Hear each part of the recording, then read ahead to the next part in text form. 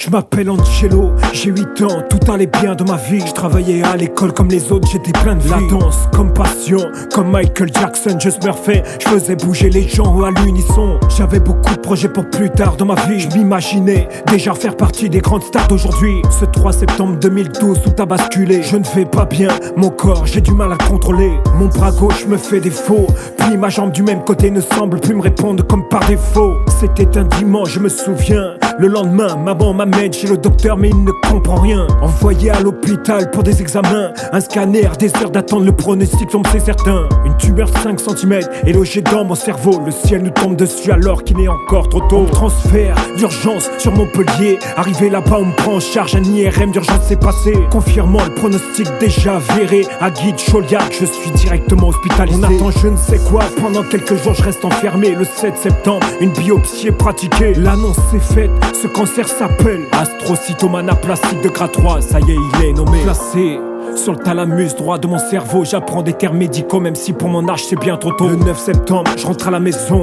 Ils nous disent qu'il n'y a pas de souci, qu'il faut attendre pour mettre en place ce traitement de fond. 10 octobre, j'attaque fort, radiothérapie associée au T-modal, le mot chimio j'ai vite compris. Tout s'accélère, pendant ce temps-là sur place je reste bloqué. Je commence à perdre l'équilibre, à avoir du mal à marcher. Je fais de mon mieux, j'essaie de faire comme si ce n'était rien. Je tombe à chaque fois que j'essaie de me déplacer sur le bon chemin. En quelques semaines, je perds constamment l'équilibre. Comme soutien, on me donne un ami qu'on appelle PQ. Le traitement de fond commence comme prévu. Je dors la semaine avec papa pendant que maman elle ne dort plus. Enceinte de 6 mois, elle ne pouvait pas m'assister. La chimio pouvait sur le bébé tout dérégler. Chaque week-end, content de rentrer à la maison. Les lundis, la boule au ventre de retourner à Palavas-les-Flots. Ça nous déchirait le cœur, maman et moi nous séparer. On était fusionnels sentimentalement pour toujours liés. À ce moment-là, je n'avais pas mal physiquement, mais j'avais beaucoup de difficultés à marcher sans assistance. Semaine déjà de traitement, je me sens fatigué. Je finis en chaise roulante, je n'ai pas la force de me déplacer. Au mois de novembre, je ne marche plus, je ne peux plus me servir de mon bras gauche, ça y est, je l'ai perdu. Hémiplégique,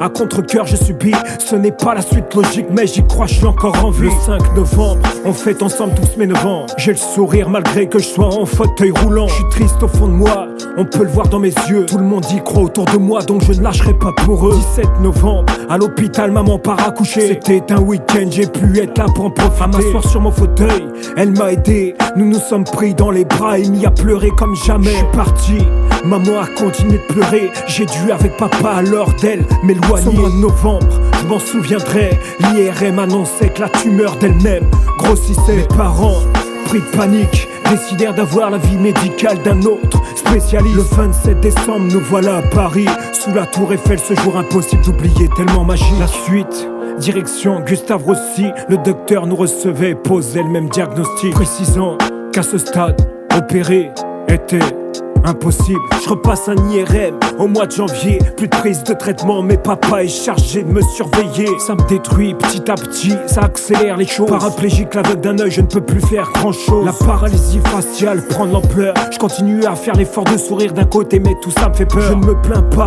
c'est ce que tous les gens pensent, mais j'en pense pas moi. Au fond de moi, je suis terriblement en souffrance. À Palavas, mes yeux coulent à flot. Personne n'a voulu emmener maman alors que là-bas c'est ce qu'il me faut. Papa, je t'ai beaucoup parlé, je t'ai dit des choses qu'à maman pour qu'elle ne soit pas triste, tu n'as pas révélé. Le 2 février, on a reçu des résultats. Mes parents ne m'ont rien dit, la tumeur s'est installée comme chez soi. Ce mois passe, je suis toujours là, je me bats encore pour vivre comme un véritable guerrier, tel un soldat. 1er mars, on déménage pour un meilleur cadre de vie, mais moi je ne bouge plus, je reste constamment dans mon lit. Maman dans ma chambre, accroche mes posters de MJ. Elle remet en place toutes mes affaires, tout ça me redonne tellement envie. Nous voilà seuls, abandonné par la médecine et le serment d'Hippocrate que tous ces médecins ont bien respecté. L'infirmière du village vient une fois par jour me visiter, change ma perfusion, prend soin de moi, j'aimerais de vivre à la remercier. Pour le reste, maman gère, elle s'occupe de moi, change mes draps, fait ma toilette et m'aide pour m'habiller. Mes parents passaient leur journée près de moi, à me lire des histoires, à me mettre de la musique sans jamais me lâcher. La suite, moins sympathique, je souffre, j'ai mal, je ne peux plus m'exprimer, plus aucune larme sur mon visage n'arrive d'elle-même à glisser. Ce 9 avril, notre médecin prescrit de la morphine pour me laisser partir en paix. La décision par mes parents prise était de ne pas me réanimer. Maman me tient la main, elle est assise paisiblement, elle me parle à l'oreille, elle m'assiste, elle reste à mes côtés. Il est 3h25 du matin, à cet instant je pars rejoindre les anges dans la voie lactée. En silence, vaillamment, maman me tient toujours la main sans me lâcher. Ça y est, je le sens, je m'envole. Sa présence déjà me manque, malgré que je ne veuille pas l'abandonner.